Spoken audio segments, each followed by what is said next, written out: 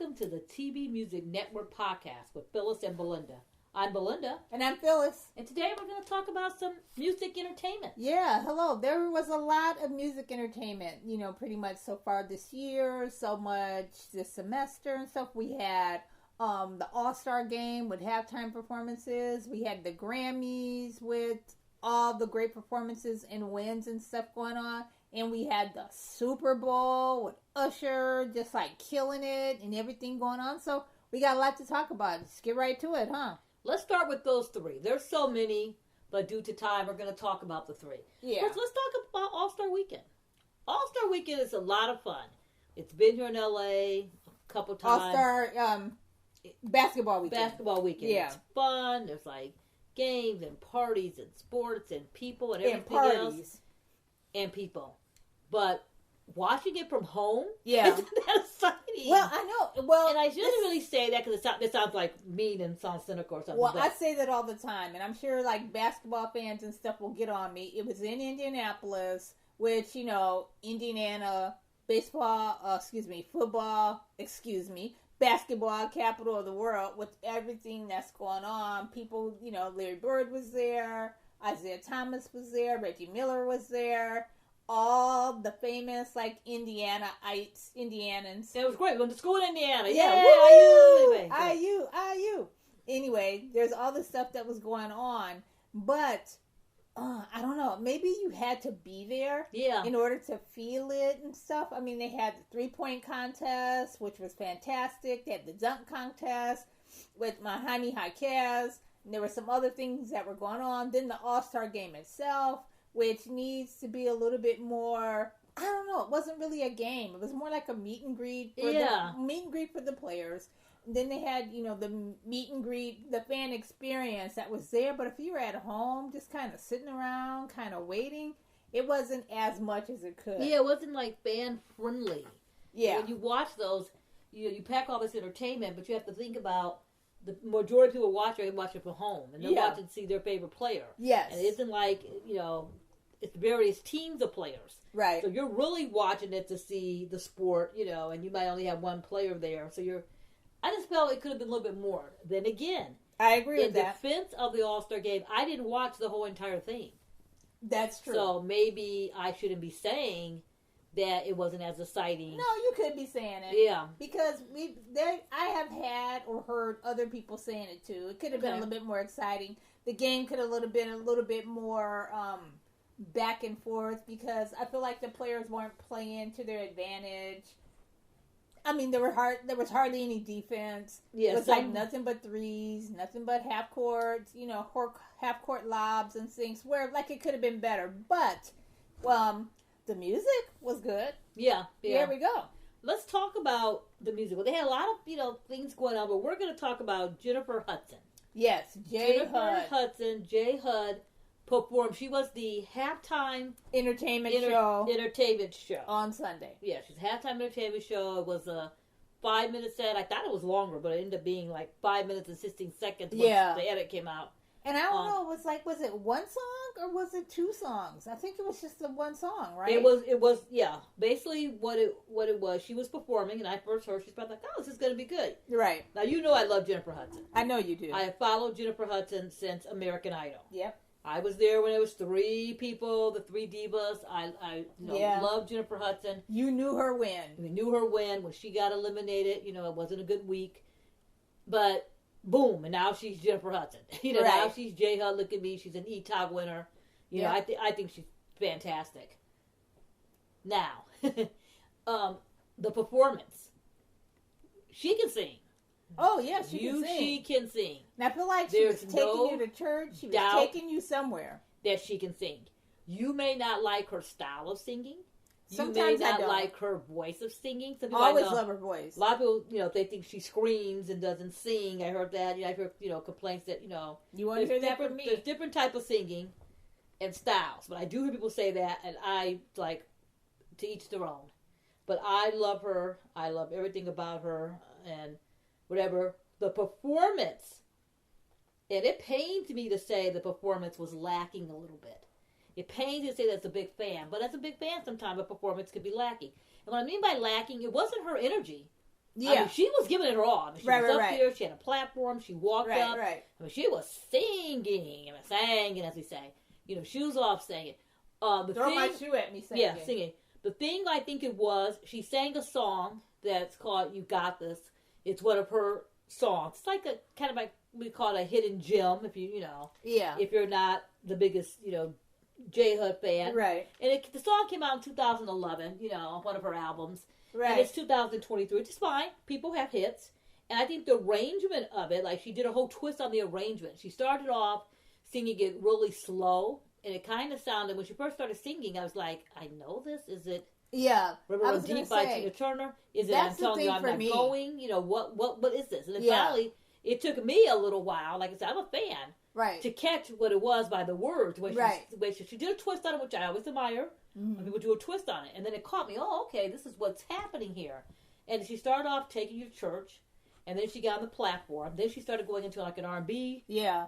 Where it sounded like she was trying to do too much with it to entertain. And there's a way that you can do, you want to be an entertainer. I kind of agree with you too. Because when you were talking about the game and stuff, there were parts where I was like, what is this song? I don't recognize this song. I thought she's going to go into something, do a little intro, and then go into something I recognize. And it's like you're in front of a crowd that is like mainstream crowd. Yeah.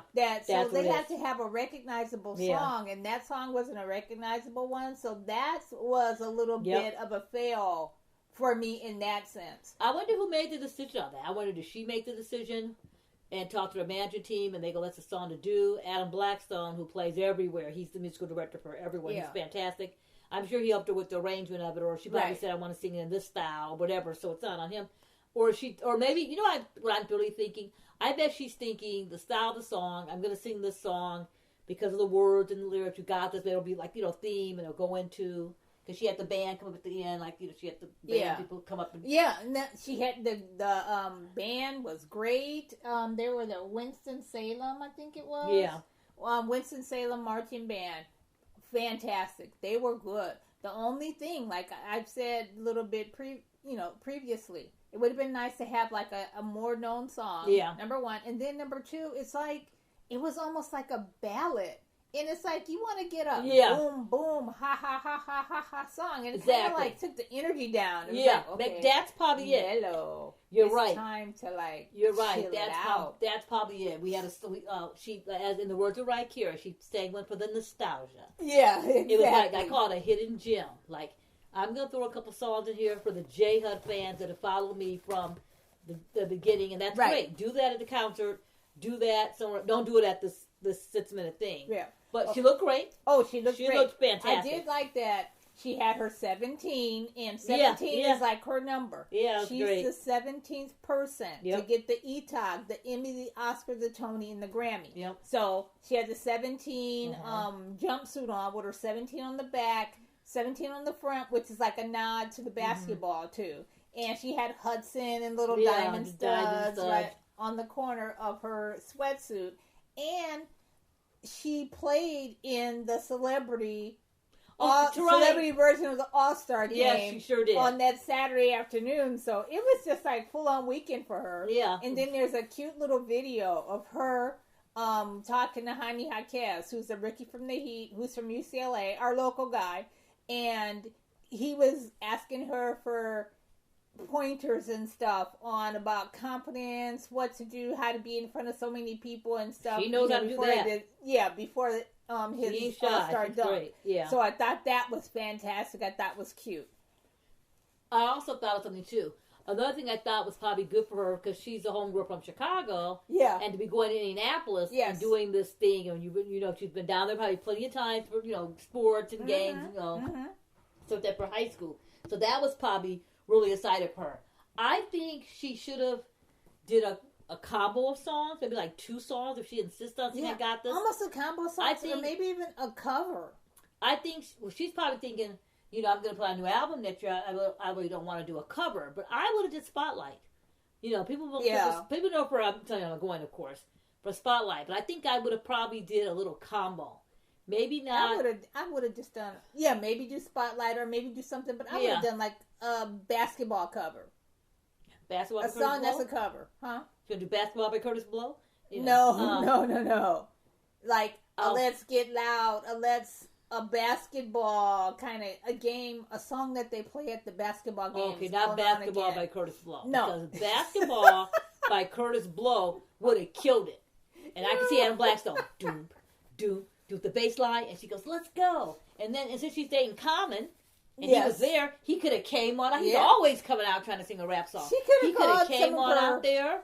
And he could have said it, and she could have been like, what you know, a little rap part, dude. She got plenty of friends with number ones, plenty of friends with big stadium hits. Be like, yo, what up? Let me borrow your song for a minute. And she could have mixed it in with that one. Yeah, but I'm saying, it could have mixed off with the basketball. Then she could have went right into I Got This. And then she could have won the spotlight. And it would have been fantastic. And there we go. But anyway. So my girl gets a B. All right.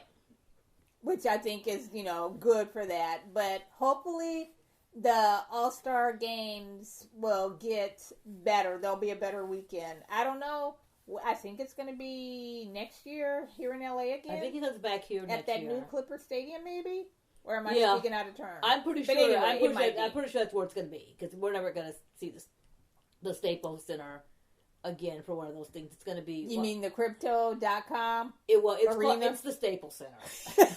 I don't care what the building says. My mama named his mama named him Clay. I'm going to call him Clay. Yes, I don't care what they name it, what they say it. It's the Staples Center. In fact, when I put it in the lip the other day, it said the Staples. It took me right there. So that's even funny. The lip was... we went to the music here. We went to a Grammy weekend. We were on the lips. And every time I never put Crypto Arena, I put the Staples Center. It directed me there, so it knows. Yeah. Anyway, so I don't care what it's called. It's the Staples Center. All right. Well, anyway, you made your point. Anyway, just messing around. But it pains me to not give my girl JHud an A, but that's just the way it goes. I don't know. I just thought she got a B. All right, hey, a B's passing. But love her. And I love that she was there, and I love that she participated. And she was all happy, and she advertised it. It wasn't like, sometimes you don't hear anything. You hear the person who's coming, and you hear a word again. No, she was out there hustling, telling people, what's going on. So that was that, okay? Now, let's move on. Get some music. We're talking about more music. Let's go on to the Super Bowl. Yes. The most watched Super Bowl was like 130 million people watched the Super Bowl. The game, as everybody knows, between the Kansas City Chiefs and the San Francisco 49ers with Usher as the halftime show. Let's go. First of all, I knew like 4 players that were performing. I was very proud of myself. Yeah.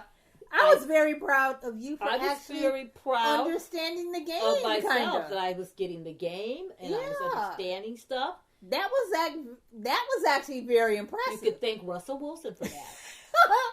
Who was at the All-Star game. Yes, he was. With his stepson Future. Yep. Which I thought was pretty cool. Yeah, Russell Wilson taught me how to understand the game of football. Sure did. So thank you, Russell. He learned early on in the season that he was the quarterback. He wasn't there personally teaching me, just to clarify that. But he did help me learn how to play, understand. Thank you, Russell. Some of us have been trying forever. Yeah, I used to go to games in high school. And could care less. It was more of a social. Yeah, it was more of a social thing. I went to go hang out with my friends. Some of us were working, cheering, doing whatever. Well, you were a cheerleader. You had to work. Yeah, you were doing stuff. I was there to represent my school. Yeah, and now I go to represent the school. And anyway, so Usher is performing the halftime. I've been excited about this since they first announced it. Excited person first announced it. I kind of had a feeling it was happening when he was doing a residency in Vegas, and the residency had to end in December, and they weren't going to extend it, and they were going to try to end on 100 shows, but the shows were falling on like an odd day, down on a weekend. I'm like, you just kept like, what's going on, Usher? There's a tour happening. I'm like, something's up. So I put 2 and 2 together, and I got found Usher's out. I put 2 and 2 together and figured Usher's playing the Super Bowl. Nice. So I thought, I got some friends that work with Usher. I'm trying to find out, hit around, but nobody was talking. That NDA must have been That NDA was like boom, boom, boom, boom. Yeah, because you can usually get something out of somebody. Find something out. They'll be like, there's going to be so-and-so, so-and-so, blah, blah, blah, but you didn't hear it from me. Yeah. But these people, nobody spoke. It's like, you didn't hear from me, but I will be in Vegas on that day, So I kind of had a feeling about that, and then they announced it, and I was right. So Usher was performing. I thought Usher was going to kill it. He's going to bring it. He's going to sold out residency. He's a great performer. He's live. He's coming out. He's got 13 minutes? Yeah, 13 minutes. Yeah, 13 and a half or 13. And then everyone started talking. What's he going to sing? What's he going to do? It was like, is he going to bring special guests? Well, he's going to skate. Where's Justin Bieber? What's going on? And I'm like, first of all, why are we asking all these questions? First of all, it's Usher. He's going to skate. It happens. Yeah, but it happens. So let's talk about Usher's performance. You want to start? You want me to start? Let me start. You start. Okay. I liked his performance. Mm-hmm. I thought he did a really good job, and he's always good. He's always a good performer. You can always count on him for bringing it, making it a big show, making it a big production. I like that he had a little touch of Las Vegas in it with the Las Vegas Review. He had some of the dancers. He had some of the, showgirls. He looked like it was, I don't know, was it a Cirque du Soleil act or a carnival act or something for a lot of people? They had a lot of people there. And him, there was a marching band, I think it was Jackson State. I apologize if I'm saying the HBCU marching band incorrectly. They were there, they were from and Jackson. I liked how they were on the field. Yeah. They spelled out Usher, one of their formations and stuff. I liked that he had Ludacris and the other one and Jermaine Dupri. Yeah, Jermaine Dupri. Her. I liked Alicia Keys, all this stuff, but I kind of feel like it was too much. Too many people. And Usher's strength is his performance, his dancing, his sexiness, for lack of a better phrase and terminology. I feel like there were so many people on stage, so much stuff going on that you kind of missed that kind of like sexiness. I know it's a, family hour. Family point when you're doing it, so you can't really be as sexy as you want. But I like that. The one thing that I don't like, and they do it all the time, I think. Well, I don't think they did it with Rihanna, but you have to correct me if I'm wrong.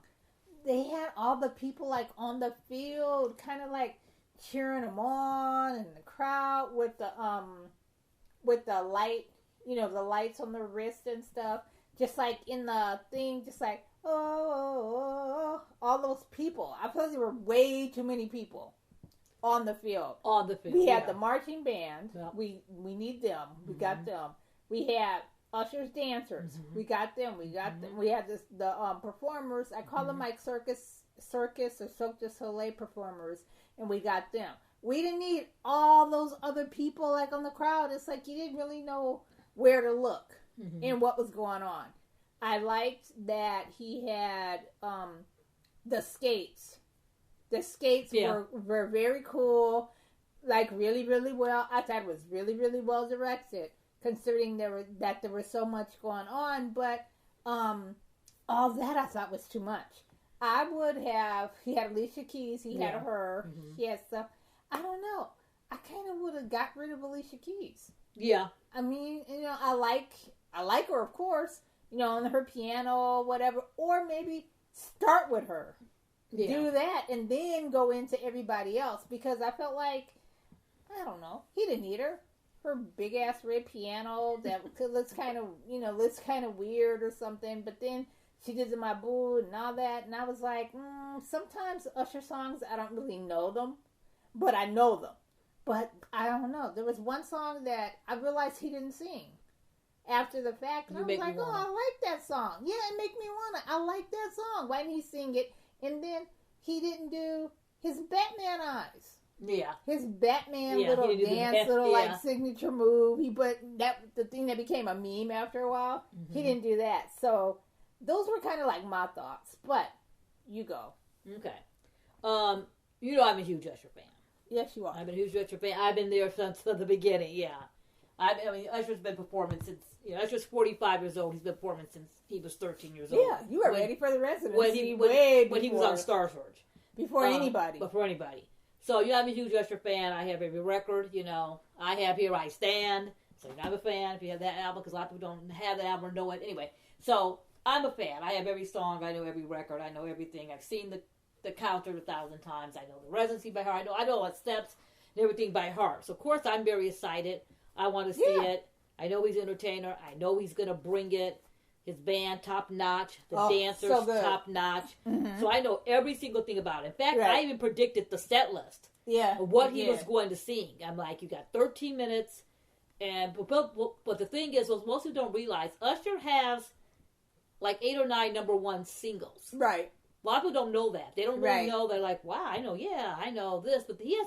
So when you have 8 or 9 number one singles, it's not very easy to get that many singles on a Billboard chart. If you doesn't try to sing them all. That are pop songs, and I'm doing pop, versus crossing over and all that. Right. So first of all, he's got to fit all those songs into his set. So he's going to make sure those songs were represented. That's how you got My Boo. Right. My Boo would have been home. My Boo would have been on my set list to win this thing. But he was thinking, I got to put the number ones in. Right. That's why you hear My Boo on a residency. That's why when he's singing, you're never going to go to a counter and not hear My Boo unless you go to a shorter set or like an iHeart Radio, you can't sing everything.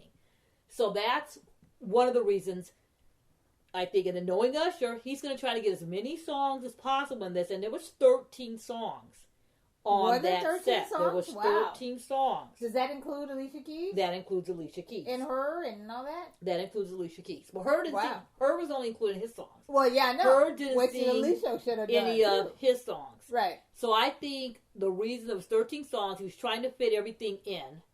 And it pains me to say at some points it got to be a little bit much. And every time I watch it, and I've watched it now probably about too much. 15 times. Maybe less or more. I see something different every time. Like, I didn't even see that they spelled out Usher until you brought that up the day of. That was great. I didn't even connect that part. I thought they were spelling out vote, because he always has like a thing, like a spell out thing. He does like a big performance. So I thought it was that. Then there was like so much going on. There was like a lot going on, and I'm trying to follow it all. And I was having a hard time following it all because of the extras. Right. And I understand why he did it, but like as you said, sometimes less is more. And we have an artist like Usher, it says that, but it pains me, to say that. But as far as the set list, I pretty much guessed everything in the set list except for I had 2 songs mixed up. And when I knew I didn't know the mixed up that he was going to sing one song over the other. One was Without You, which is what he was closing his, the person the residency with. But he didn't even sing that at all. I was like, that's such a commercial, universal song. Well, I was very surprised. I would ask you to sing it, but we don't want to pay for it. No, we don't. I was very surprised that he didn't sing that, and I think a lot of fans would know that song. So I was very surprised by that, and then I would have definitely switched out. I didn't want that song in the set, and he didn't do it. Maybe he followed what I said. So maybe that's why he didn't put it in there. But I thought for sure it was a no given. That was going to be a no-brainer. A lot of people were wondering how come he didn't have like Justin Bieber or Jungkook. Everyone kept saying, I know he's like in military service. Jungkook's in the service, and Justin Bieber, Usher said later that he asked him to be in it, and he said no. And that was fine. We had too many people. I would have. Alicia Keys wouldn't have been singing if I Ain't Got You. She would have only said My Boo, and she would have been gone if she was there. Yeah. The thing with her, I would have kept it with her. She didn't even have to sing it. She could have just played the piano introduction. Oh, that's true. Yeah, and then we could have went into My Boo. I figured out the reason why. The reason why, because if you go down the set list, it was so he could change. Yeah, he had to take a break. He had to change and do whatever, because like I said, he's a performer. He plays it straight on 2-hour counter, and there's only a few times he's not on that stage. When you see him, there's a couple times because he's changing clothes. Yeah.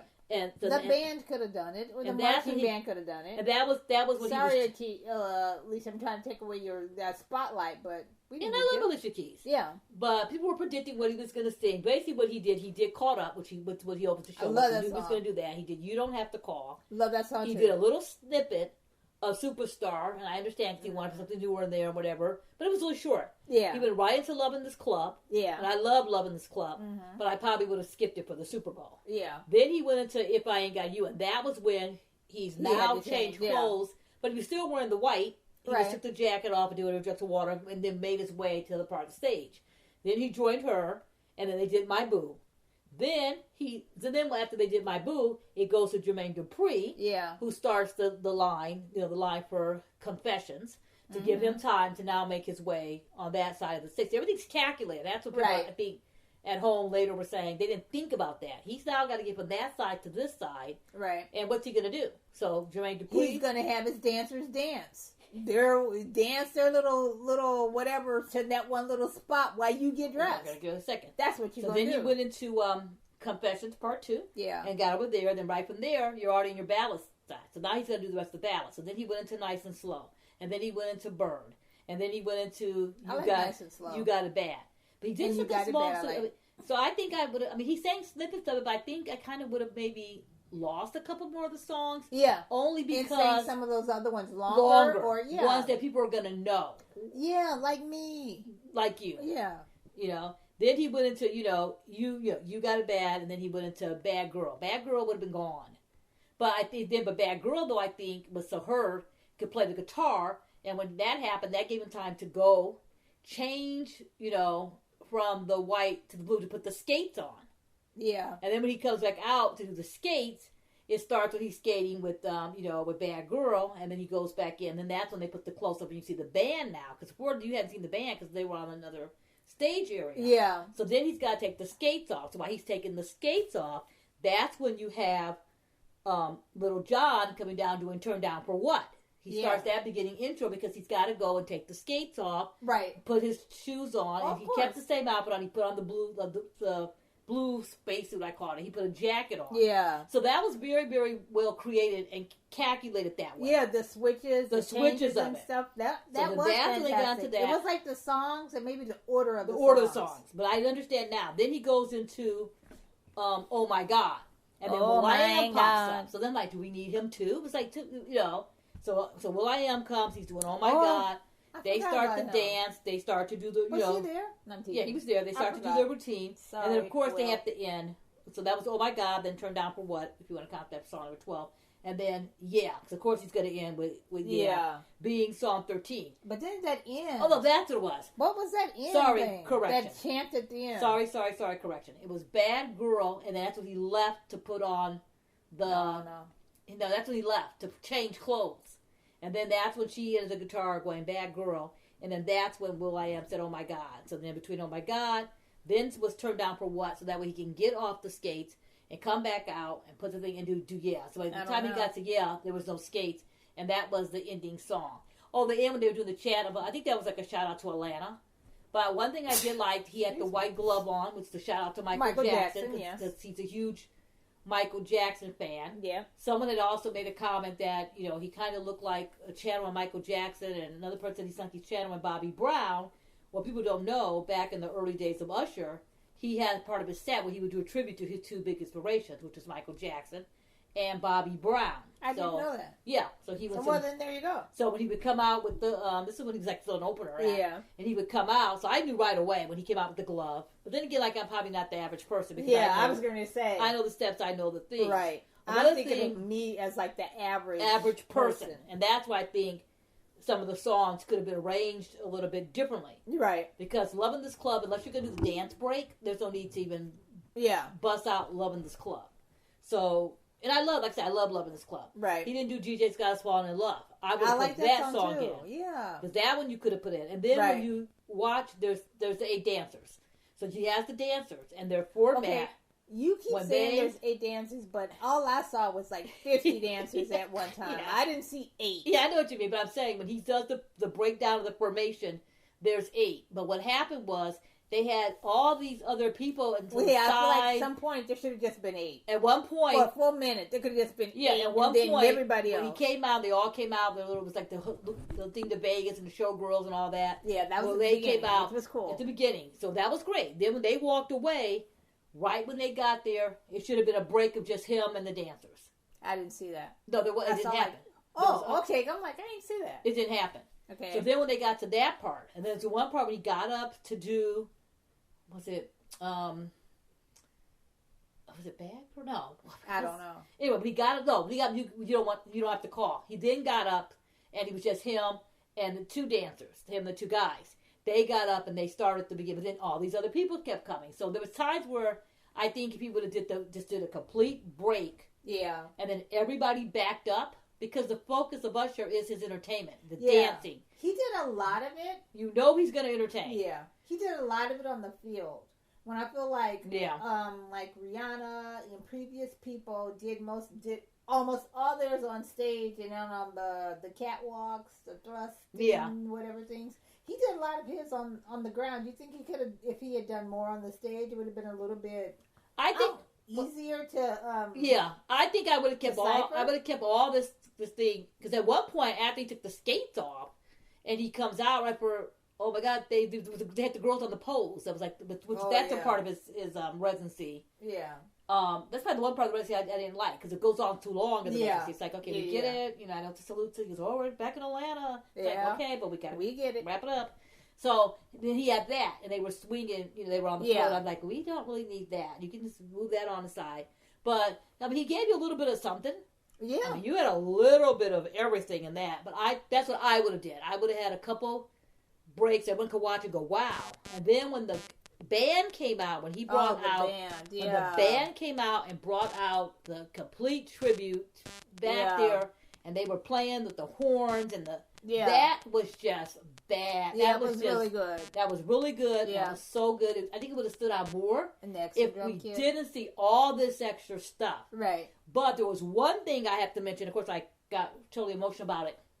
Was, if you notice, when you got to his band, a lot of people didn't notice it. Most people I talked to said, I didn't notice it until you tweeted about it. Well, they didn't notice because it wasn't a focus at one point, when it could have been like, Alicia's piano could have been right there. Why is it all the way over in the corner? Exactly. Anyway, go ahead. But anyway, so what happened, they have the band set up, and there's this whole, all the, the guitar players there, drummers there, and all that. Yeah. Well, there was 2 drum kits there. Right. There was one drum kit, for the drummer, and then there was an extra drum kit there. Right. So I'm sitting there watching this and whatever, and someone I saw on Twitter said, I'm watching this thinking, it's like someone going to come out and play, there's an extra drum kit. Is someone going to play these drums, a special guest, but this drummer going to switch kits? All my friends are drummers, like right away call, I was like, yeah. And then I was like, holy cow, I was like, there was an extra drum set there. And that was a drum set to dedicate to Aaron Spears. Yeah. And Aaron Spears, I'll make it quick because I'll get a little emotional. One of his drummers. Well, that was one of my friends. Yeah. He played with Usher for years. I mean, he played with Usher for years. Yeah, passed away. He passed away, in October. And that was his, that was his kit. The Ludwig, his drum company, made a kit. And Aaron's, kit had the AS on it, all that. They made a special kit with Ludwig, which is his drum endorsement company. A special kit. Even went down to the sticks. Like, they had the sticks in it, like, just like you would set it up. And there was nets to this other drum kit, and it said empty the whole night. No. That was such a class act. I mean, you see that. It was a silent tribute to him. It was like a silent tribute to him. Because he would have been He would have been playing that Super Bowl. And to watch Aaron play, he's one of those drummers that you keep your eye on. And I remember going to an Usher concert and running into a rock musician that I know. And I'm like, what are you doing? He said, I brought my daughter. And I'm like, okay. And he's like, I don't know what he's telling about my daughter. And he goes, who's drumming? And so I told him the drummer. And he's like, oh, okay, cool. I know he is. And you know the name. And after that show, he was like, I watched that drummer. That's a drummer. You keep your eye on him. And when Usher did his first leg of the residency in Vegas, he only had 3 musicians on stage. Aaron on the drums, and he had the Avila brothers. Yeah. And the Avila brothers play everything. Like, they got the keyboard, and they got this and this and that. And they had them, like, in a theater box, with the drummers in the theater box, and the other 2 in the theater box. So you could see them on stage, which is very important for dance artists to be sure the band is seen. Yeah. A lot of times the band is seen, people are like, oh, where's the band, And it was just the 3 people on stage. When I first saw the residency, I was like, how are all these people playing these instruments? What's going on? So that was their routine that they did. When he switched the residency and then changed locations, he then had the full, and I thought it worked better with the full band. You're right. And now the Avila brothers actually, along with Little John, they were the producers of not the producers, they were the creative directors. Right. Of Usher's routine. So I don't know if they probably thought of that idea, because of Aaron. I don't know, but how that idea came up. It thing. was so classy and so touchy. Right. It was just, and then people started really recognizing. And then I started seeing people writing about it. Yeah. And I'm thinking, did you guys write about this in my tweet? Because I checked social media. No one was talking about that until I brought it up. But actually, another guy brought it. It wasn't me. I'm not taking credit. I was the one who brought it up. But when I mentioned it, some other guys, I was thinking the same things. They were all talking about it, and all the drummers were like talking about it. And so I thought that was very classy to do. Right. I mean, you got to think that's equipment that's on that stage that rolls over. You're talking spacing. So for someone to think of that and for someone to make the idea up, and then little John did the music director side of it. Like, what was the creative? So and I thought he did a really, so you think really between good Ludacris job. and the Beeler brothers doing the creative directing to say like, what's going to happen, where it's going to go, how what's going to do, and then what's Usher the style. Worked on like what songs he wants to do, what guests he wants to bring in, and then you have little John doing that. When you put all that together, and a 13-minute set with 13 songs, that's like a minute per song. Then you have to add in the extra dancers, the guy that flips, and then and then you have to think about. I'd like to have seen the storyboard for that, the storyboard for the whole performance. That would have been fantastic. Well, there's a black and white intro for Apple that he has. It's like the making and the talking of it. I haven't watched the thing yet. It might be in there, but if you think about the storyboard for that, and then just coordinating all these people to do this. And the band, of course, is separate, and you got his band, you got the other band, then you got the whole Vegas people in there. And then one thing I thought was really, really cool, which you'll see what knows, and I promise I'll be off of it, was when he does the part with the skates. When you go to that's a big thing at the residency. He comes out on the skates, people lose it. Yeah, they do. Because you don't expect it. Yeah, and it's because they're like dancers on skates. Like the skate is like another part of their leg. It's just really amazing how they do it. You don't expect it. I know my friend Michelle up in Jersey. Hey, Michelle. Was Michelle, like, when she went and watched the counter, first she said, I don't know how you did the roller skate. That impresses you because not only is he roller skating, he is singing a whole entire song. There's a whole entire part of the stage. How does he work out? And he's with literally skating the whole time and singing live. Right. And then the next person comes out and they join him. And then the person doesn't join him. That's hard for and people I like to do. the way he did at the Super Bowl because when they came out, there was so many skaters. And then he has this dancers, but all the dancers went on skates. And when they switch, the way they were coordinated, switch it back.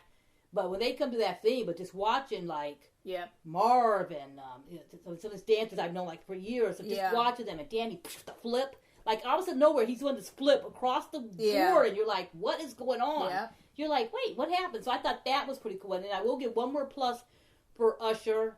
For anybody out there loving it, hating it, he was singing live. Yes. And you can't take that away from any performer.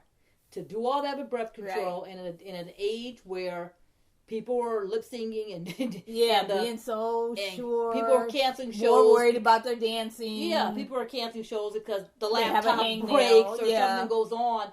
That's a lot of that's a lot of work to do. So people I heard a lot of people saying there was a lot of like Alicia hit a bad note, Usher was hitting bad notes or whatever. I'm like, you did it live. You got some you're doing this live. Were you not entertained? Yeah, if you're doing this live, and I mean, and I should say, live, like 100% live, not 50 or 30 or different controls. That's a lot of work. That's a lot of work. So you're waiting for a slip up or something or whatever, and you think 13 minutes.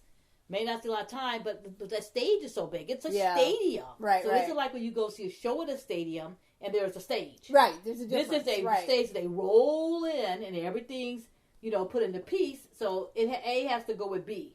Right. So I understand the why. mechanics that it takes to do it. I understand. I think the more the coordination of it was to make sure he could do the changing and do because it's like a concert. At a concert, a song's going to be 4 minutes. Right. He's got time while the band, so he can walk off. The band is still playing, the song, and the dancers are still dancing, and he's changing.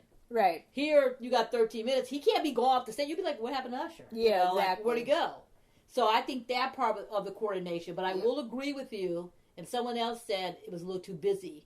And as I watch it back, I'm like, oh, I didn't notice this. I didn't notice that. Yeah. It's like there were 400 people on this field when 50 would have been fine. 100 would have been fine. Or he could have kicked off, like he said, he could have kicked off with a whole bunch of things. All the people cheering them on in the back. Give it all them. Then when you got to Alicia Keys, then he did the slow stuff. Mm-hmm. Maybe when after the slow songs, when he came back to do the very first upbeat song, maybe everyone should have been gone then. Yes. Because you would have been, boom, you saw it. Right. And everyone's gone. Then it's just him and the dancers. Yeah. Then. Or just him sitting at that piano. Yeah. Or him just sitting there next to Alicia, like, singing, but then he has to do something to change. They got to get him off. Yeah, that's the thing. They got to get him off. Yeah. So then you have less people.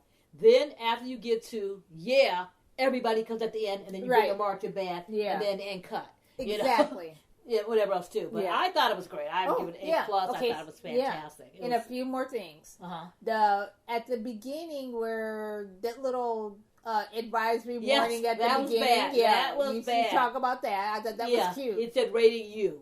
Yeah. And it had the thing like, dancing, may cause uncontrollable dancing or whatever. You might have complicated relationships. Yeah. That was cool. That was cute. And the way it was rated, that was good. And then he was in 2 Super Bowl commercials. So he was saying, technically, I love the commercial. He was saying he had 15 minutes. Yeah. Then 13 minutes because of the staging.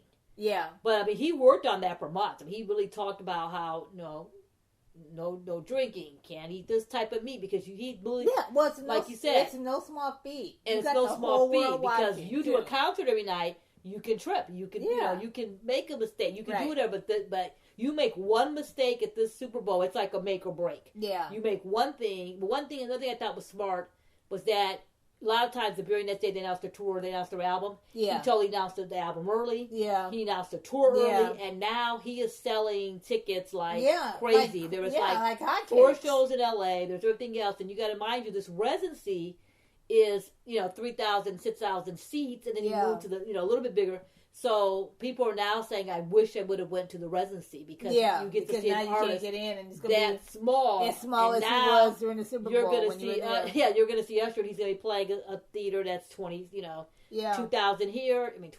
20,000 seats here, 28,000 seats there, and now you're going to be a little bit of a different angle. Yep. So the lesson to that, if you can go to see an artist at a residency, do it. Always go to see them because of the size of the venue and because of the experience. Right. And I know it's expensive because you got to travel in different places like that too. So I would like in the future if these bands can do like a Vegas residency and then do a DC residency. Do it at the casinos that connect. Oh. Then do it in Chicago or Madonna. Madonna's the best thing. Madonna went across the country.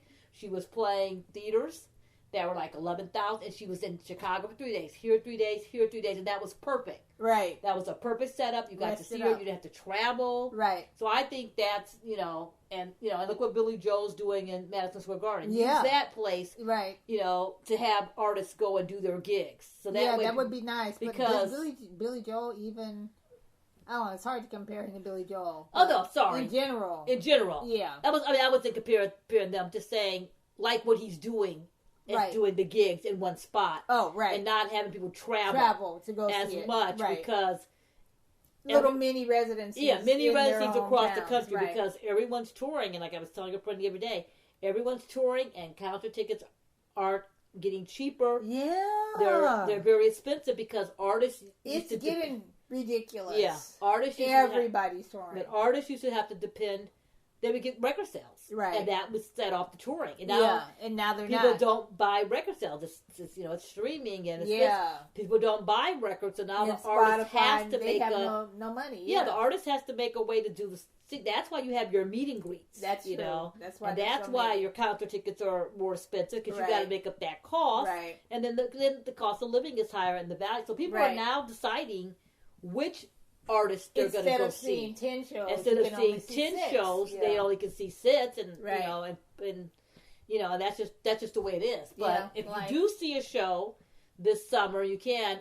I recommend you go and see Usher. He's playing here for 4 nights. He's great in the past. I'm excited to see him. I'm sure the skates are coming, and it's going to be a different experience back when he was playing the bigger theaters. And I'm sure that he'll have some lessons that he learned from the Super Bowl and from doing and stuff that he may tweak some of his performances and stuff, because before he would get critiques or constructive criticism from Usher fans. Yeah. Now he's getting critiques and criticism from everybody. there's a difference. There is a difference from that. But so one thing about him, people were saying that's one thing too.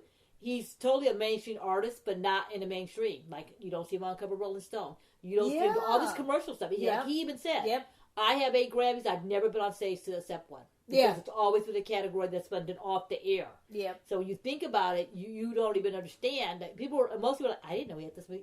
There's so many songs. Right. There's a lot of songs that he has, and you don't recognize that. And that's a difference of an artist that you're like, why does this artist have, it's back to that thing. When you go, this artist has 50 grand, this artist has this artist has none. I do that all the time. All the time, so it's... But it's a difference between marketing, how you're marketing and how you're branded versus how you are. Yeah. I don't know. And when that residency came out, it was a sold out residency, and people were like, wow, I didn't know it was going to sell that well. So it's one of those things. So hopefully with this tour, Usher will finally get in that league. Yeah. Well, I should say that lead. I know what you mean. The lead. And what I mean by that lead is the mainstream conversation. The mainstream conversation. Right. Because right now it isn't there. But that was my opinion on the halftime show. Yeah, and I like it. I'm giving him an A because that's a huge feat. It's not, easy to pull off. He did it. He was very successful. And then he even celebrated himself he got married. Yeah. Right after the halftime show, so he could take a little break and stuff. So congratulations to him and his real life boo. Yeah, but it was really funny too, because during the Super Bowl, I'm at home waiting, and his son, one of his sons, Cinco, he's like online doing a live, and we're like, oh, I'm watching. He's like, the set's coming up. Yeah. You're giving out stuff. Spoilers, your dad. He's like live. Oh, I love it. That was great. I was like, Cinco, good. They're setting everything up. Right. It was kind of funny. So I started watching his thing, and it was kind of cute. Yeah. But so that was Usher's halftime performance. It probably took me half the podcast to talk about. But it was worth it. And if you haven't seen it, or you have seen it, watch it back. Now it's our podcast. It's on YouTube. The NFL has it on their YouTube channel. Watch the NFL's version of it. And I say that because people have like their home version tape and everything, and the sound, and the TV off their phone on the screen. Yeah. Watch the NFL version, because they have the cut. Oh, they did cut one part at the beginning. The way it edited, there's one part I saw on someone else's thing. I don't know. It's like the NFL, like they started off like a certain part. I'm not sure. Or maybe that person what started I don't like is that there's breaks in it for the commercials, so it kind of takes the momentum off, because they're showing some ads. They show an ad for it, but just watch it, and just watch it. It was great. I thought it was fantastic, and now we take it to next year. Super Bowl's in New Orleans. Yeah, and we got to pick a new person. And there's going to be pressure for that person. And there's going to be pressure for that person, and I think they need to go with someone in the rock music field, because we have now did Rihanna, Usher, Rihanna. People want to go backwards. Snoop Dogg. And then, was it J-Lo or Maroon 5? I don't know which was that things. I think J-Lo was I think it was J-Lo. Later so than if you look Lady at Gaga. all that, somewhere Maroon 5 was in the middle of that. So we technically haven't had a rock band in a really long time. So I think we need to go back to making a rock band. And I like having the one artist. What was it going to be? They used to do it was like 15 artists coming out, and somebody had Usher. Because Usher was there when the Black Eyed Peas did it. He came out for 3 minutes, and they did Oh My God with Will I Am. Which so was he's great. been on the stage, but it wasn't with his band or whatever. Right. So I think they need to get a rock band to perform. I don't know. Bon Jovi? Probably can't do it. Bon Jovi. New Orleans, they need maybe a southern band from New Orleans. Bon Jovi would be great, but I don't think it'll happen. Yeah. I was thinking more like the Rolling Stones, maybe. And the Rolling Stones have done it before, but maybe the Rolling Stones. Can't get any bigger than a rock band than the Rolling Stones. Yeah. Or maybe and Elton's retired. So Elton's retired. Maybe like an AC/DC. No. Maybe like I don't know. It's hard. Just put it that way. I would love to see them bring the stadium tour lineup to do the Super Bowl in the stadium. You get Def Leppard. Oh, I knew you were going to say Motley Crue. And Poison. And we got to throw Joan Jett in there because she did the tour. We can't leave her out. And they do the halftime show. That would be kind of cool. That would be killer. That'd be kind of cool. Because if you think about it, Yeah. They play more songs by Def Leppard in every rock band stadium, at the stadium. When you go to a stadium, all you hear is rock music. So why haven't one of these guys get on there? So I was thinking, get on you it. know, Jay-Z, get on you it. know, so Jay-Z, get on it. You get to call my boys in Def Leppard. I'm not just saying that because it's Def Leppard, my boys. But think how bad that would be. They might be able to do it. Think how bad that would be. Should we start the campaign now? Sure, why not? I did a new Def Leppard campaign. Now they're finally getting a star on the Hollywood Walk of Fame. I need something else to do. Yeah. All right, Jay-Z, where you at? I thought it was good. Anyway. My boy. Get a rock band for the Nets. Or you can get a country band. In New Orleans. Or, you know what? Who would and Beyonce can come out with them. There you go. Who would they get in country? Zach Brown Band?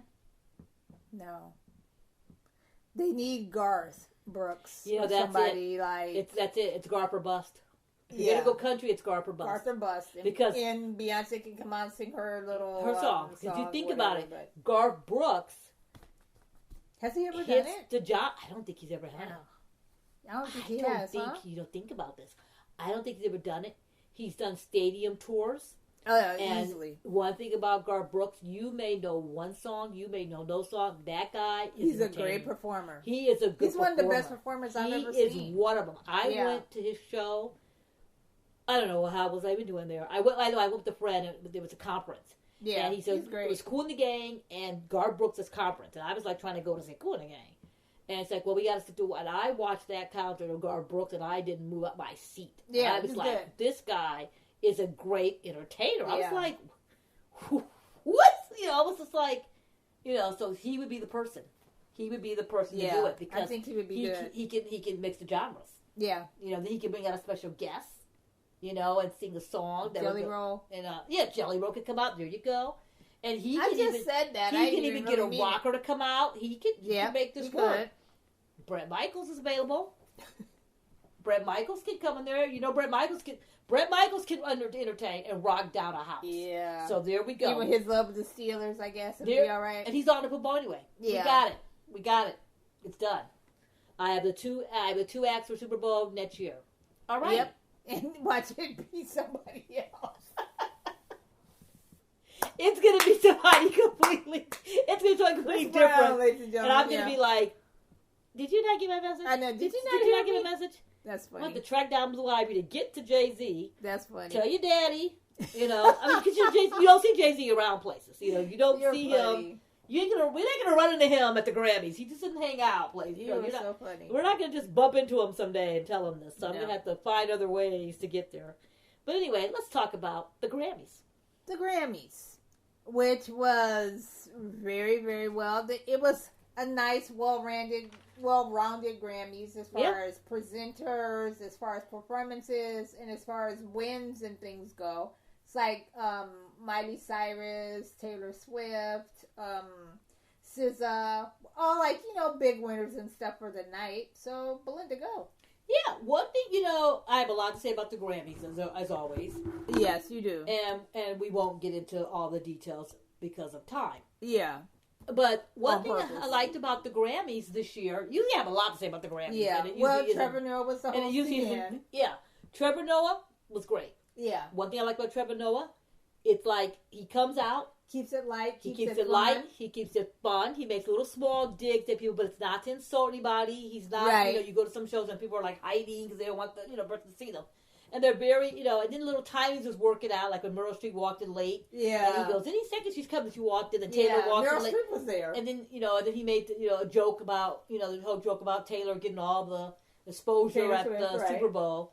So he goes, so when that's time, every time there's a mention, we're going to show a quarterback, we're going to show a football player. And the camera immediately went to Terry Crews. Yeah, his opening thing, who was there in the audience, and it was just funny. It was very funny, very lightweight, and you didn't see it. He wasn't there every 5 minutes making jokes. Sometimes, you see these shows, you're like, the host is taking up too much time. Can we get a move on it? Well, they asked him to stretch. And yeah, there was times he was scratchy, but he wasn't out every 5 minutes just saying stuff for no reason. He kind of disappears. Yeah. Let him do a thing. One thing about the Grammys, it's long. It's the longest day in music, I call it, because it's 3.5 hours long. Well, because that's the pre-Grammy thing, too. It's 3.5 hours long on telecast. And then there's the pre-Grammys. You know, they do 13 categories a year, and then they do the other 90 categories on this pre-ceremony that starts like at 12:30. It's a long day. It's a long day. I'm tired just thinking about it again. I'm still tired. Yeah, I'm still tired. We haven't recovered yet from Grammy week, because not just Grammys, it's the whole week. Yeah. And we won't have time to talk about the week, but the Grammys alone, there was a mixture of stuff. There was a mixture of groups. Right. Mixture of music being played. Right. There was a good mix because everyone likes different music. Yeah. And when you watch one of these shows, you know, you need to be able to be entertained by somebody. Right. And of course, there's a couple of artists you're not really going to get into, and you watch it. But, Dia Lupa opened the show. Miley Cyrus performed. Olivia Rodriguez performed. Billy Joel. Joni Mitchell. So you had some Joni Mitchell. Never performed the Grammys. SZA. Billy Joel closing up the show. You know, that was a variety of music. Then you had, you know, Lady for Your Country. Yeah. You had so you had a rap artist. So at least you had like something for everyone. Yeah. Well, one of my favorite performances of the night. A hard rock band, but we will work on that for next year. Yes, I'm coming. Yes, I'm coming for you, Harvey Mason. We'll get that again. Coming for you, Harvey. And yes, let's talk about a hard rock that. performance and a hard rock performance on air. Presented. An award presented. But let's talk about that. Ben, Ben, your friend. Am I saying it right? The guy who worked for James Corden. The guy who worked for James Corden, he's one of the producers, and he now works for the Grammys. Yeah, I'm sorry, yeah. It is Ben, right? Ben, yeah. Okay. Stevie Van Zandt. Stevie Van Zandt said, "Oh, congratulations! I just finished watching the Grammys." He went to the Joni Mitchell thing. He said, "I just got through watching the Grammys. Great job, Ben, right, for getting this Joni Mitchell thing." Right. And Ben said, "Oh, that's so great coming from you. I really like I really admired your compliment." And Stevie responds, "Yeah, we just need to have more rock music." Right. And he says, "I'm making it down to take note." So I'm like, "All right." He said that? Yep. Good. I got it saved. I got a screenshot in case it disappears. Stevie was 100% right. He said it respectful. Yeah. He didn't go, "What the hell's going on?" He didn't say anything. So I'm going to be like, ready if I ever see Ben somewhere. And, Harvey, because that is the incident. I know people are thinking, there's Belinda, the rock spokesperson. But 1 year, AC/DC opened the show. Yes. And opened the show. We all got there. They even gave us these little, I still got my horns. They gave us little horns to wear and everything else. Right. The place went crazy. Mm-hmm. Because it was just something different. There was a time they had Metallica perform with Lady Gaga. Right. And James' mic goes out, but he walks aside and grabs someone else's mic. Lady Gaga gets up there, and it was like entertaining. People were like, "This is really, really good." And so they need to do it so that way it'll be more well-rounded. You need more well-rounded because that's the category that gets left out. In fact, they don't do one category on air. You have to go to the pre-show. Yeah. Like they can that category. We talk about it every year. Every year. We need one rock band. We had our country. We had our, SZA, for rap. Although hers is probably more pop. Yeah, but she was there. Yeah, it's like maybe you could use a jazz. Yeah. Maybe you could use, just something You could just to make it a little bit more interesting. That's all you got to do. That's all you have to do. And then everybody would say it, but to not have not one rock category at all, and then and the last rock category is at 12:30 in the afternoon. Here's Robert, from Metallica, coming there and going, "Hi, I'm going to pick up the rock cat." And then I'm going to go home and take a nap. And I'm going to go home and take a nap because there's nothing else for me to do here. I'm going to go back to the valley and everything too. And then if you don't want to get Paramore, who won, they're rock band. Get someone. Just do one category in the air. That's it. You know what? So Ben Winston, Dave Grohl is always a big favorite. Right. He's always a big favorite. He always comes to play guitar in the background. Just do best rock album. He's probably going to win it, and then it's all done. Right. Just I'll be on one. Right. And then you had a girl last year who won for best new artist, and she's a jazz artist, and she performed. So you got jazz. Do one gossip thing. Get Kirk Franklin out there. Just get break it up a little bit. Break it back around, because if you like that certain type of music, there's no reason for you to tune in. Right. If you until you know we get into this every year, and then it gets to the point where there's so many pop people, and you see this performance, and this is like this performance. It's like we don't need all that. Just do one category. I mean, you only do 13 categories on the air. I feel like you should do more on the air, and I feel like there could be a few less performances. You got 18 performances. My favorite performance on the show. But let's talk about the performance of the night. Say it. Because it's everyone's performance. Say it. Fast Car. Yes. Let's talk about Fast Car. Luke Combs. That was Luke Combs. I was getting nostalgic about it. I just totally remember like my very, very, very first like film class, and you had to sync up a song. It's for the animation 101. You had to sync up a song and a film to records together. And I used Revolution, Tracy Chapman. Yeah. I used whatever because it was just really cool. And I wanted to use Fast Car, but everybody else was doing stuff. And it was a little too long for me. I couldn't do it. And it was just a long story. But it's just a bunch of nostalgia. She looked great. Yeah. And it was a total surprise. Although we kind of knew she was coming. Yeah, that's it was a surprise for a lot of people. Majority people were surprised by it. Yeah, 99% were surprised. Yeah, the minute they saw her, there was all the screams and claps. And the claps and the reaction. I was very excited for her. The reaction across the building, the reaction in the room, the reaction backstage, the reaction outside, the reaction online. The reaction from Luke himself. Yeah. The little, everybody had a little snippet. I really like that snippet. I like that video where they packet. talked about the little history of their song. I really enjoyed that. Little history of what was going on, history of life. And he talked about how he loved that song. It was one of the first songs, that around when he was little. And he's always liked it, going on and on. And so for him to perform with her was like a dream come true for him. So it was so good.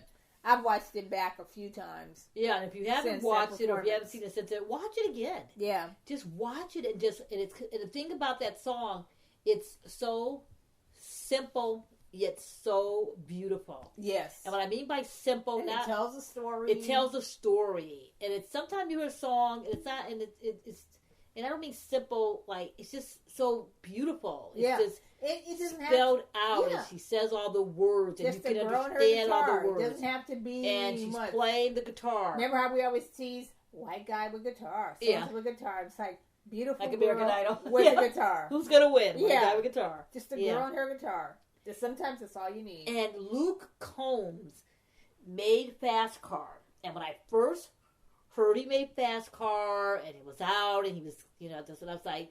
Really? Yeah, you're like, what's going on here? Do we need to be making over Fast Car? I have a problem with covers. Yeah, and you do, I was like, I love covers. I mean, I love covers. I just don't need to hear every song being covered, every song being sampled. No, I don't mind covers. What I don't like about them though is when they try to take the song and make it over, like it's some hip hop thing, or they change the medley, they change the words, they do whatever. It's like. You can slow it down, make a reggae version. You can make a country version of a song. You can do a particular version of a song, but don't be changing it all around. You ain't, Get your own song. Yeah, exactly. Write your own song. So when he made the song, I had a lot to say about it. And I was like, come on. Then I heard it, and I thought, it just sounds like him singing it. There's nothing, it didn't catch my eye. It didn't do but whatever, Luke Combs, you go there. Then I thought, well, you know what? Tracy wrote that song. Right. Tracy's gonna get her country number one. Then Black Women in Country. Yeah, Black Women in Country. Then it had to the point where she was like the first song singer writer to get a song on the country chart. Yeah. Because she wrote it. Then it was breaking all these. I was very surprised. Then it was breaking all these other records. The first this and the first that. Because the covers, I thought, all right, and Tracy. for a while, she dominated all the charts. The charts. So then I'm like, go, Tracy, get those coins. Luke, go. Like that. Like I said. Thank you, Luke. I don't know much about Luke Combs. I know he's a country singer. I've seen him at the country awards and all that. and I talked about him for making over Fast Car. Luke, all is forgiven. I am sorry. I'm sorry I talked about you making over Fast Car. Because of that performance. I liked it. At the Grammys. Yeah. And the way it was done. Like, you know, sometimes you do I won't say names, but sometimes you see a person, they do a duet, and that person's like taking over the song. Oh, don't say no And names. that person's like, and you're like, what's going on here? Like, We're doing a duet. Do they even know each other? And yeah, they're like on the song. The way he complimented her. Yeah. And the way, and Tracy Chapman isn't a person that you see on the street. Yeah, she's been recluse.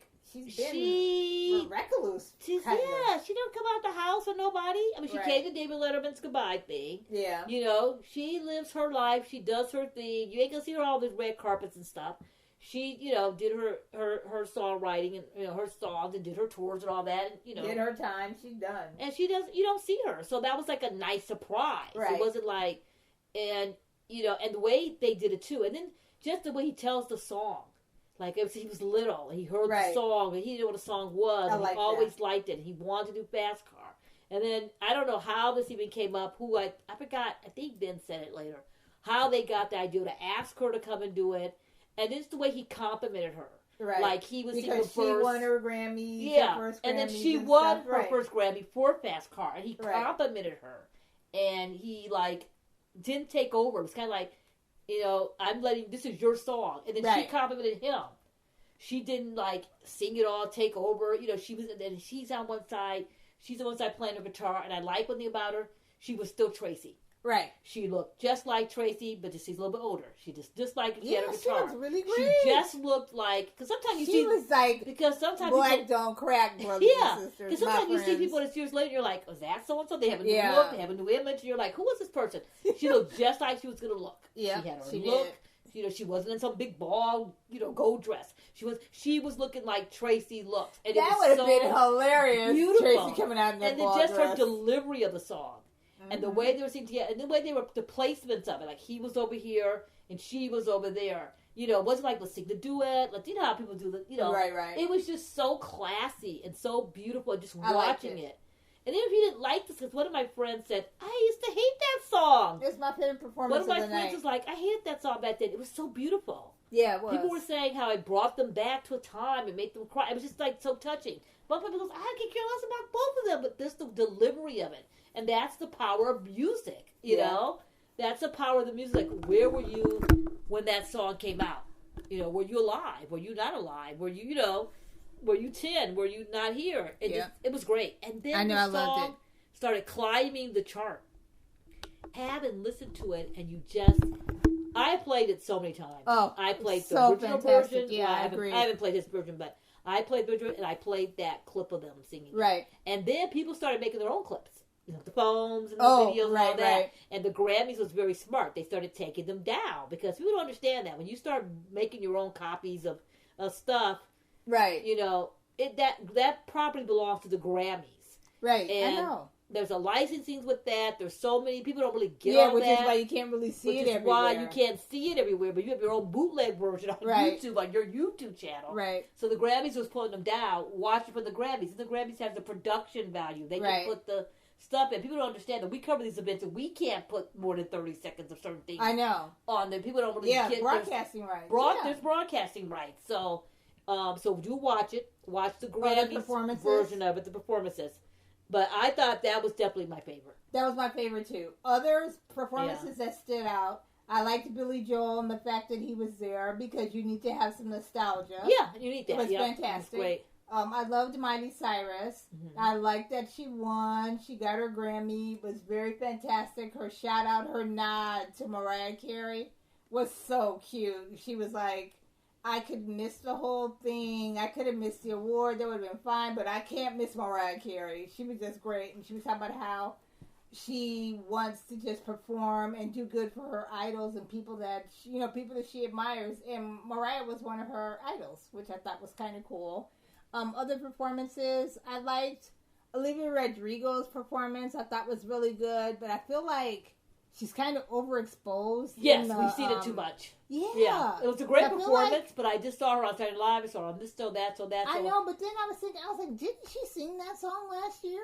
Yeah, maybe she didn't. I don't know. She didn't. It just felt that way. That happens a lot. I agree. It's all promotion. To me, you need to go out and promote your record. And she went out for her record. But by the time she got to the Grammys, I was like, again? Right. And it was something personally against her because the performance was great. Right, exactly. Love the Joni Mitchell. Yeah, Joni Mitchell was really good. And I liked the way they set it up and they all were sitting down. Yeah. And I liked the way they did it. And she was just so happy to be there. She's a fun person. Just class. I mean, before she got sick, you would see her at the music here at that Clyde David. She'd be like, hey, Right. And so to see her coming and singing, that was fantastic. I liked SZA too. SZA was great. Her whole, the whole production of it. Yeah, that was a good production. The whole build, everything was great about that. And I was so happy that she won. It was one of those things where it's like, it wasn't like a night where someone stole everything. Who's going to win again? It's going to be 1,000 people. Oh, the 19th Grammy goes to so and so. I like that it was spread out a lot. That was really, really great. I also liked that she was the most nominated. She was nominated for the most, and I liked that she won, and I liked that she got to get one of her Grammys on air. Yeah, because there was a lot of people that also I was glad that like a lot of women won.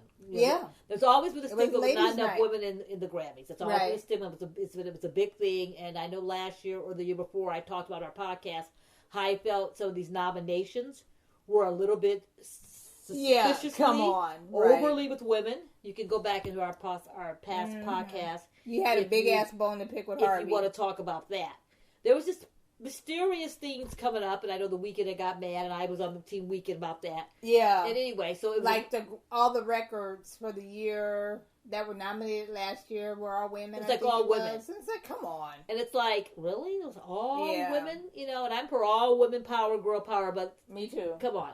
So that was just my opinion. Right. And this year I felt it was more balanced. It was more balanced. It was more settled out. We still need to get the category where it's back to pop male vocalist and pop female vocalist. Oh yeah, they're doing performance now. Female performer and rock. That's your answer. And rock male. They did it with the R&B female, the Independent R&B Awards, male. Let's stop it. They did that again too. Let's stop it and just and that can guarantee you have your female winners because you have the categories. Right. But I know it's 100 categories you're trying to They keep adding some. And they added another. They added one recently, and I can't remember now. 2 or 3 more. And I'm like, can we just get that? Songwriter of the Year? Yeah, Songwriter of the Year. Something like that. Yeah. Which I thought was a good category. That's good. But that's your answer. Yeah. Just take 3 categories and break them down. And then you're guaranteed, if you do those 3 or 4, you're guaranteed to have 5 female winners. Right. No matter what happens. Then you would get your winners. Right. Well, one thing I want to talk about before we get to Taylor. Jay-Z.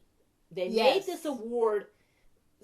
I was very confused about it. It's the same award they started last year. I'm still confused though by it. It's the way it's brought up that you're confused. What is it? It's the Jay-Z, the Dr. Dre Award? No, it's the Dr. Dre Award. It's the Andre Young Dr. Dre Award, and he won it last year. Okay, and what's the criteria for it? No, I'm just serious. Like, who's can win? Well, there is a Grammy pamphlet that we can look at. That's 110 pages. Yeah, I'm not reading it. I'm sorry. I should have looked at it to tell you the criteria. Yeah, I should have looked it up because I didn't know you were going to ask. Well, no, because I got confused. Yeah. And I meant to ask you earlier and forgot. And Dr. Dre Andre Young Award went to him. And now the second one went to Jay-Z. So the 2 awards that the Phyllis Thomas Memorial Award. That can be passed out at the Grammys as a Grammy watcher, Grammy lover, a music lover. What? I don't know what the criteria is. I don't know. We'll make our own award show, then we can pick. Yeah, we'll make our own award show. Then we will give out the things. But one of the things that he came up on stage. He showed up in time to get his award. He wasn't there for it. He came up on stage and he said a lot of truths. Well, yeah. He said things that we've all been saying for years. Right. But it was the way he said it that I had a problem with. You don't walk up there. I don't know. I was so like, you can do it at a dinner the night before. No, you go to dinner night before. You don't go to dinner night before. No. I know what you're saying. But have a dinner where you do that. Like, the Oscars has the governor's ball. Yeah. Every year where people get their honorary Oscars, whatever. Or the Grammy Lifetime Achievement Award, make that into a ball, do it then or something, and he could say his speech and everything then. So, but I don't know. There were some things he said. I go, that was so true. So, like you said, it's all things we said, all things we, things we said, all things that had. Sure. But it was the way he said it, and I think Beyonce looked embarrassed. I think she really looked like, oh no, not today. I came here because you were getting a special award. It just makes you feel bad by some of the artists. It just looked like she looked like I only came here to because you were getting this honor. Honey, that's why I'm here. Because I'm not, nominated this year. And I don't have to be here. Right. Right? Let's get off a tour. So that's why I'm here. And then he makes the comment about her, and I mean, it was true. He's like, how do you, But it was just the way it was said. I thought he could have did a little bit different, a little bit different. Then he brings the daughter up, and she's on stage like, oh, there he goes. So that part was a little thing. Awkward. Awkward is what it was. Is the word awkward. So 2 more things. We're going to talk about Taylor Swift. How can we not get through an entire podcast without talking about Taylor Swift? Of course, right? Taylor Swift won the album of the year. Yes, and she also won. I think she only took home 2 or 3. Did she win one in the pre-telecast? I don't think she did. I don't think so. Okay, well she won. I don't know. Well, she won, and she went on stage and announced her other album. Very clever. Yeah, she announced her new album. As someone made a joke, she announced the album that's going to win next year. Already to let you know. So that was very clever. And Taylor Swift gets a lot of flack because she's Taylor Swift. Right. And the way I look at it, it's easy to give her flack. It's easy to give her flack. And I look at it this way. I don't control the votes. Right. I don't control the votes. I know how people vote. I've seen people where they're going down this little roster and they're checking off who they know. So she won album of the year. And they're checking off check, check, check. And they're not doing check, check, check because they don't know who check, check, check is. Right. And a lot of times, I know me and my friend Phyllis, not you, would sit there and we go, oh, it's going to be the rock, box set, liner notes. Yeah, she won pop vocal album and album of the year. And we were talking one day about the liner notes. And she goes, I'm not going to vote until I go through every single liner note. Yeah. And look at them. And I'm like, me too. But then we're like, ain't no people that do stuff like that. Phyllis, shout out to Phyllis. Shout out to Phyllis. But other people aren't going to do that. They're not going to go through and start going through the whole entire category to hear everything before they vote. It's nice to try that, but in the real world, people aren't going to try it. They're going to go what they know. So naturally, not saying anything she did deserve it, it's going to sway different things. So it's going to be people that are going to get in, right? And then there's always a surprise person that gets it, or like it's a person because you have voters from. Voters that are 100 years old, that are going to vote different ways. So a lot of the criticism, like the rappers say they don't come anymore, they don't anymore because they never can get their category off the main thing. There's a lot of, R&B artists that they can't get their songs to get. They don't get the recognition. They don't get the recognition to get pop of the year, or record of the year, or song of the year, where other artists will get it. And when you think about all the sales they have. And think about the sales. Too, right. Same thing with country music. Country music, people still buy they buy CDs, they buy true. Product, That's they true. buy whatever. There's not many country albums that are on like album of the year. That's just unfortunately, and I know the Grammys have been working hard to try to balance it more. They're trying to get more members of all ages and get more different genres of members, so that way you can get a best song category and there'll be all genres in that best song. So I had a feeling Taylor was going to win, already, and she won. Yeah. She won, and I was okay with it. I feel like it would help if they would, like I always say, present more on the air and have more people perform. Yeah. Mm-hmm. It doesn't have to, it's already 3 hours Grammy as it is. Make it 4 hours. Yeah. Make it 4 hours. Or make it like they do, have it be on half of it on one Sunday, half of it on the next Sunday. I don't know what to do, but I feel like if you have more of the categories presented on the air, and more performances on the air, that would help curb some of those people saying, I'm not coming. You don't do nothing on air. So we have a lot to work on, and I know there's always been the thing so we're getting the women thing situated. Yeah. And there's been other years where other people have won, and I thought, if that person, whatever this person, whatever too. Right. That was a big deal when Harry Styles won. Like, people were all shocked. Oh, Harry Styles won. I'm like, it's all women. That was a and really Harry good Styles. album. Yeah, all women and Harry. And the women. Chances are he's gonna kind of play they are that going to cancel each other out. The year when Beyonce lost, there was all these women in there, and I thought, Adele took it, and Adele was like, "Oh, I should went to Beyonce," and then like you can't say it should have went to Beyonce. The two, yeah, because you got the voting structure, right? But like I said, I agree with Jay-Z. how does Beyonce have 100 Grammys and can't get the biggest prize? You know, how does that happen? Happens. You know, and why hasn't she won Album of the Year? You know, maybe next year, maybe the country album will show up to do it. But so there's certain things, you know, there's certain things that it's like it doesn't even calculate correctly.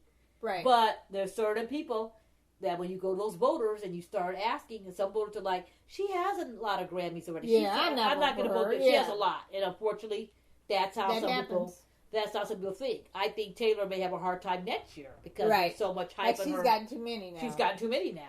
But one thing about Taylor, too, she's always up dancing and supporting every single artist. Right. And people flack her for that. And I'm like, you know what, people? You would hope you have an artist that comes there and is supportive of everybody and is being a team player. Because you get people there and they're on their phone the whole time. They don't want to be there. They want to go out. Or they're at the bar. They're at the bar half the time. They don't want to be in the front. They don't want to do whatever. You don't want to sit there, you know. They want to be on camera the whole time. They don't want to be on camera the whole time, or they don't want to be there because everyone's looking and writing about everything they do. So for Taylor Swift to sit there the whole entire game, I shouldn't say game, the whole entire I know what you're saying game though.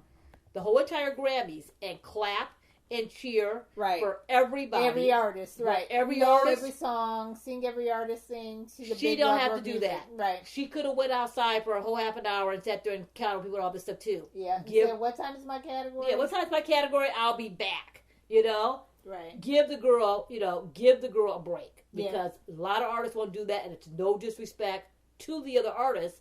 But people give her a break. She's trying to take attention. She can't control the camera's going to be on her. Yeah. It's like she can't control that.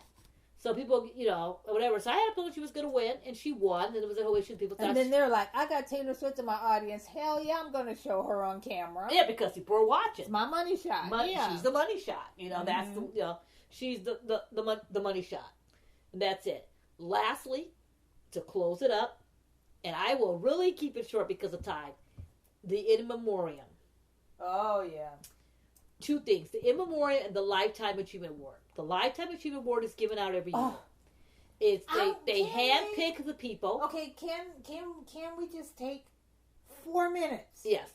4 minutes out of it and show a little bit of that ceremony. Yes. Mention them. Those people work their butts off in the music industry. Part of the reason that we have Grammys today, we have things today, is because those people help contribute to music and stuff. I feel like they take 4 minutes.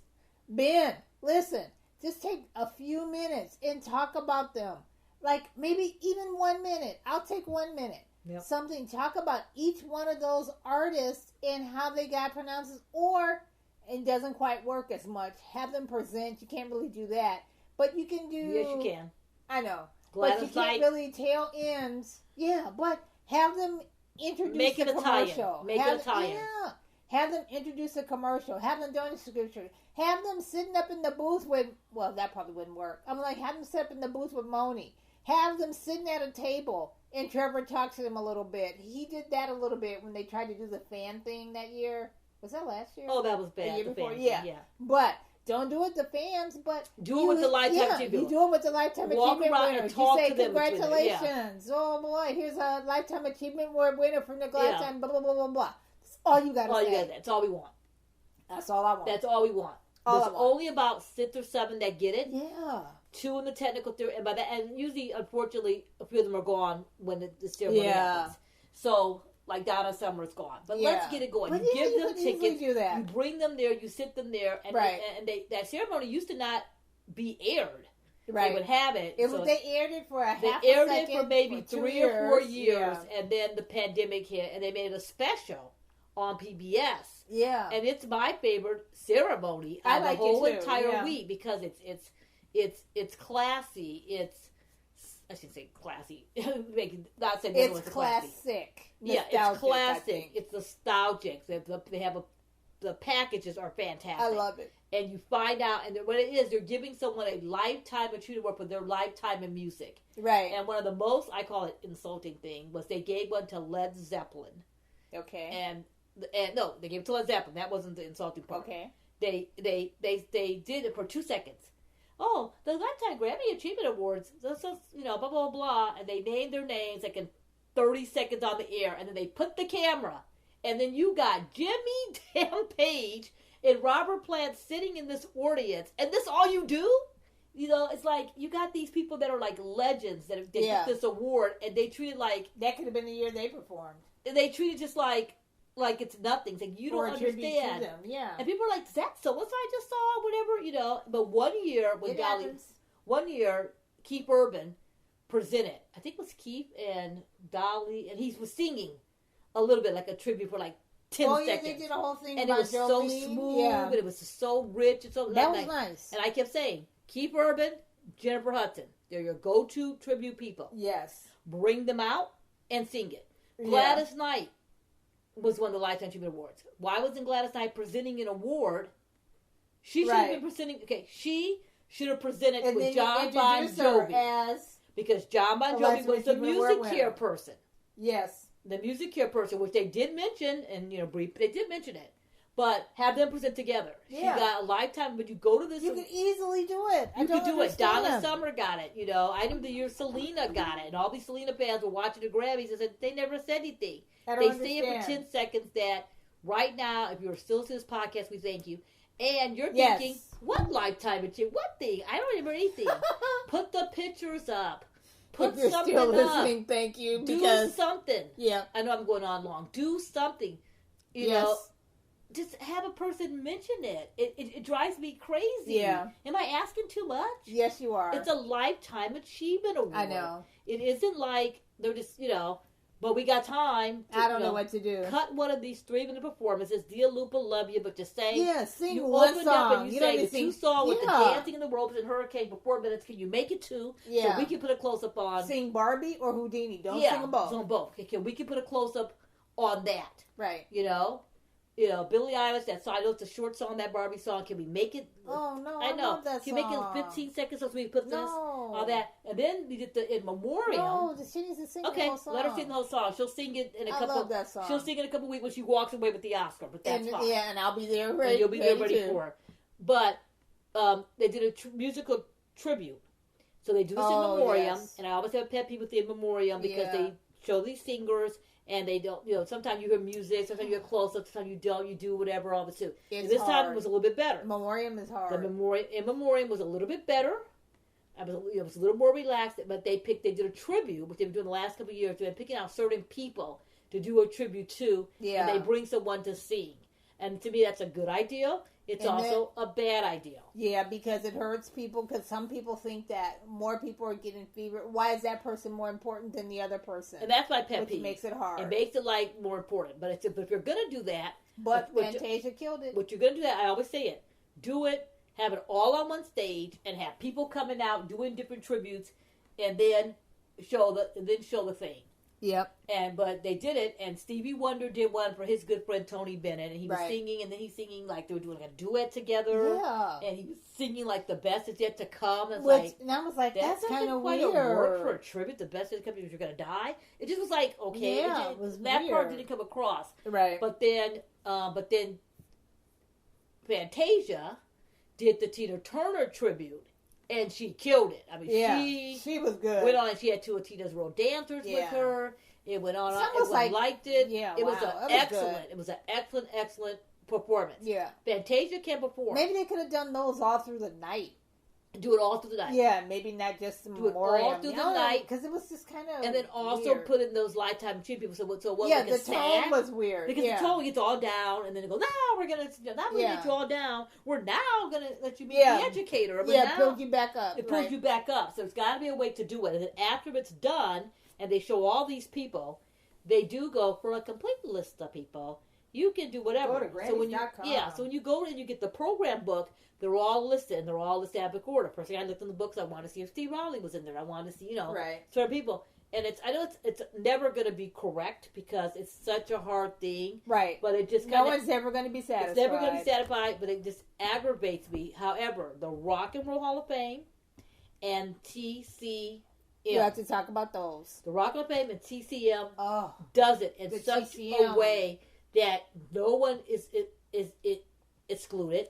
The way the Rock Hall of Fame does it, they show every person in music, and the way TCM did it. They put a Rock Hall of Fame thing if you're in the Rock Hall of Fame, and they leave it out if you're not. Right. So everyone's represented. No one's, and each person gets the same amount of time. It's a picture. There's no one singing in the background and blocking. There's no blocks. It's just simple. It's nice. And it's classy. Well, the way TCM did it, they could have done that too. They showed a little bit of people we lost this year, more towards the end of the year. And the TCM one was 7 minutes. The Rock Hall of Fame one was like 9 minutes. And that's it. Yeah. Because this is a music business. So you're honored with the music business. And then they could and there's people that are in the music business. More performances of people that were nominated. And not people we lost. You know, it's like as much as I loved it, they could have cut that part too. You got to think of that too. Because there's also people that are in the business that has a lot to do with business, like managers and producers. Right. And it's not just artists. So you're going to have, an artist in there, a producer. And they did it so smoothly and so calculated. And Harry Belafonte's family was upset. Yeah. And I agree with them. Yeah. This is the first guy with the platinum record. There's so many accolades that Harry Belafonte has contributed that people don't even know about. They could have done more for him. Yeah, and have Stevie sing a couple notes, Dale, whatever. Yeah. Sing something. Have him sing. Yeah, have him sing it. But just the accolades of the first things he's got in the industry, which helped guide this Grammys. Yeah. For him to be a pitcher, Family's mad. I agree with them. He was a pitcher. And I would say, picture true. Maybe there's some other stuff. There's got to be something we can do. But I think their guideline needs to be from the Rock and Roll of Fame because the way they do it, although the Rock and Roll of Fame... I would have a headache by the time although the Rock and Roll of Fame did it, but when they showed it for the audience, it was on HBO Perfect. But when they got to... It was on Disney, Hulu, live. Yeah, Disney Plus. But when they showed it on ABC in January, they didn't show the memoriam at all. They cut that part, and that was a boo on that. That's it. But anyway... That was a lot. You can find me on Twitter talking all things music. Yes, you can. Music, TV, something, and I always got something to say. And I always got like a little issue with a little stuff. A little tiny bit. Problems. But it's not so much problems. It's that I take it I'm very adamant about things. At Belinda's LA Music on Twitter, and Belinda's LA Music also on Instagram. You could also find our website at TVMusic Network. TVMusicNetwork.com. On Facebook. Yep. Twitter. Yep. Online. You Facebook, can find Twitter, this podcast. Online. TVMusic Network Podcast with Phyllis and Belinda. And you can find our podcast. We're on Apple. Anywhere you get podcasts. Anywhere you can get your podcast. Phyllis, where can we find you? You can find me on Twitter at Phyllis_Thomas. And, I'm on Instagram every once in a while. You can just find me. Even if you really care, just find Belinda and she'll find me. All right. And speaking of original songs, yes, we have our own original song. Uh-huh. It's called Eden, and it's written by our good friends John Morgan, yes, and Dave Simiak, who is letting us use it for Thank you so much, guys. Our podcast. You're going to hear just a little bit of taste of it. Just a little nugget. Just a little bit of a nugget to get you going, and we will see you back soon. Yes. Thank you for listening, and we'll talk to you later. Goodbye. Bye.